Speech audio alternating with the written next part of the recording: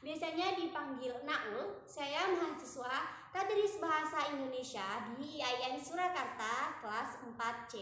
Di sini saya akan mereview beberapa kitab kuning. Pastinya ini sangat bermanfaat sekali buat santri baru yang akan ke pesantren atau yang berniat untuk mondok. Nah, langsung saja kita simak videonya. Yang pertama ada Idhahul Mubham, lalu ada Asbah wan Nadhair. Selanjutnya ada Bulughul Maram, dan ini ada Mustalahul Hadis.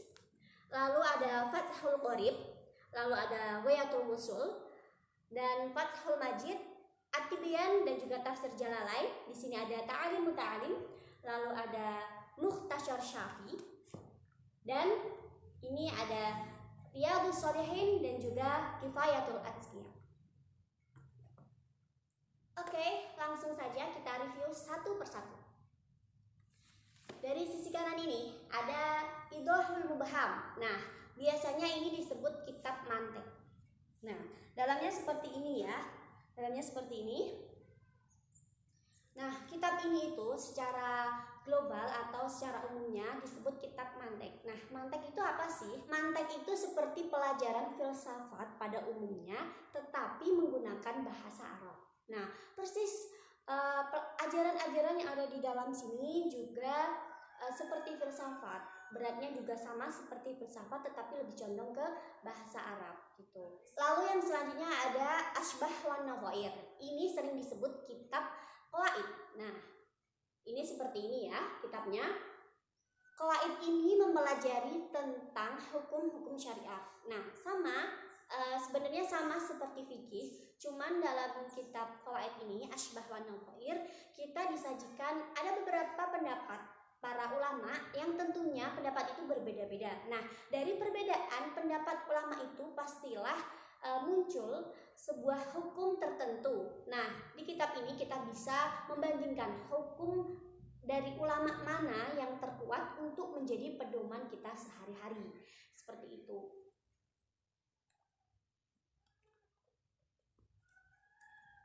Lalu kitab selanjutnya ada Bulughul Maram dan juga Mustalahul Hadis. Bulughul Maram ini atau yang sering disebut hadis ini tuh menceritakan perilaku dan juga seperti kayak pedoman hukum, sebuah hukum itu terjadi dari Nabi Muhammad SAW.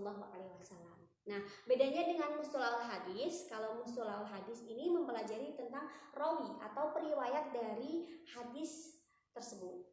Lalu yang selanjutnya ada Fathul Qorib. Nah, Fathul Qorib ini adalah kitab fikih bagi para santri. Biasanya sih kalau santri masih tingkat madrasah ibtidaiyah atau MI itu bukan Fathul Qorib tetapi disajikan durusul fiqhiyah. Ada lagi yang namanya kitab fikih di tingkat aliyah atau madrasah aliyah ya, MA. Nah, ini ada yang namanya Tuhfatul Thulab.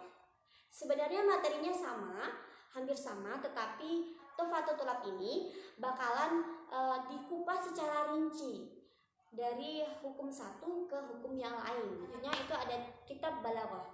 Balaghah ini mempelajari tentang estetika dalam berbahasa Arab. Nah, dalam bahasa Indonesia bisa disebut sebagai majaz. Seperti itu. Nah, yang pertama ada yang namanya Qawaidul Lughah Al-Arabiyyah. Nah, ini dipakai di madrasah sanawiyah. Yang di madrasah aliyah itu juga ada yang namanya Balaghah, tetapi dia memakai kitab Jauharul Maknun. Tingkatnya lebih sulit ini daripada yang Qawaidul Lughah Al-Arabiyyah.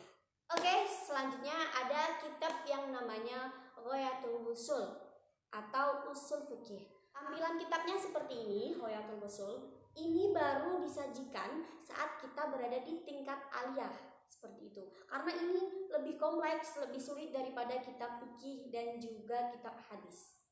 Oke, kita lanjutkan ke kitab selanjutnya, yaitu ada yang namanya Fathul Majid. Ini disajikan di kelas 1 MTS atau kelas 1 Madrasah Sanawiyah. Sedangkan yang kitab Kifayatul Awam ini disajikan di kelas 3 Sanawiyah. Karena apa? Karena ini itu cakupannya lebih luas daripada yang kitab Fathul Majid. Oke, bagaimana? Seru kan kita mempelajari beberapa kitab? Nah, masih ada nih kitab yang akan saya review. Selanjutnya ada kitab yang namanya At-Tibyan. Kitab ini mempelajari etika bagi para penghafal Al-Quran. Yang selanjutnya ada ilmu tafsir. Nah, ilmu tafsir ini mempelajari tentang seluk-beluk atau latar belakang kenapa sebuah ayat bisa diturunkan. Nah, sebelum kita mempelajari ilmu tafsir ini, tentunya kita harus mempelajari terlebih dahulu tafsir Jalalain 30 juz ini. Karena di sini kita akan mengerti, diceritakan, kita akan istilahnya memahami sebuah makna dari ayat yang diturunkan oleh Allah Subhanahu wa taala. Oke, masih ada kitab lagi. Ini yang paling sering dipelajari di kalangan santri. Ada yang namanya Ta'alim Muta'alim atau sering disebut kitab akhlak, kitab yang mempelajari budi pekerti. Yang selanjutnya ada yang namanya kitab Mukhtasar Syafi'i. Kitab Mukhtasar Syafi'i ini sering disebut sebagai kitab arud. Nah, ini yang paling unik menurut saya. Kitab arud ini atau Mukhtasar Syafi'i ini mempelajari tentang nada dalam istilahnya kalau anak santri itu biasanya menghafal Nahwu Imriti dan juga kitab Alfiyah. Nah, itu ada tidak sembarang nada itu yang dikeluarkan, tetapi juga ada nada-nada tertentu. Nah, ini tapi versi Arabnya. Pasti seru banget ini kalau mempelajari ini. Biasanya kalau mempelajari ini langsung kita praktekkan. Jadi di kelas itu seru banget karena nanti bakalan nyanyi-nyanyi dan juga bersenandung dalam bait-bait alfiyah atau yang lainnya. Oke. Selanjutnya ada yang namanya kitab Riyadhus Shalihin. Nah, biasanya ini dipakai untuk mbah-mbah torikohan. Nah, atau dipakai untuk kalangan orang yang sudah sepuh, istilahnya seperti itu, yang sudah tua. Karena ini apa? Ini adalah kitab, ini mirip dengan tasawuf, tetapi lebih ringan untuk kalangan umum. Kalau yang ini, Kifayatul Atqiya, ini disajikan di kelas 2 Madrasah Aliyah. Ini sama sebenarnya kitab tasawuf juga, tetapi kalau ini itu emang benar-benar disajikan untuk para pelajar. Kurang lebihnya saya mohon maaf apabila ada tutur kata ataupun tingkah laku saya yang kurang berkenan di hati para penonton. Terima kasih. Assalamualaikum warahmatullahi wabarakatuh. Bye bye.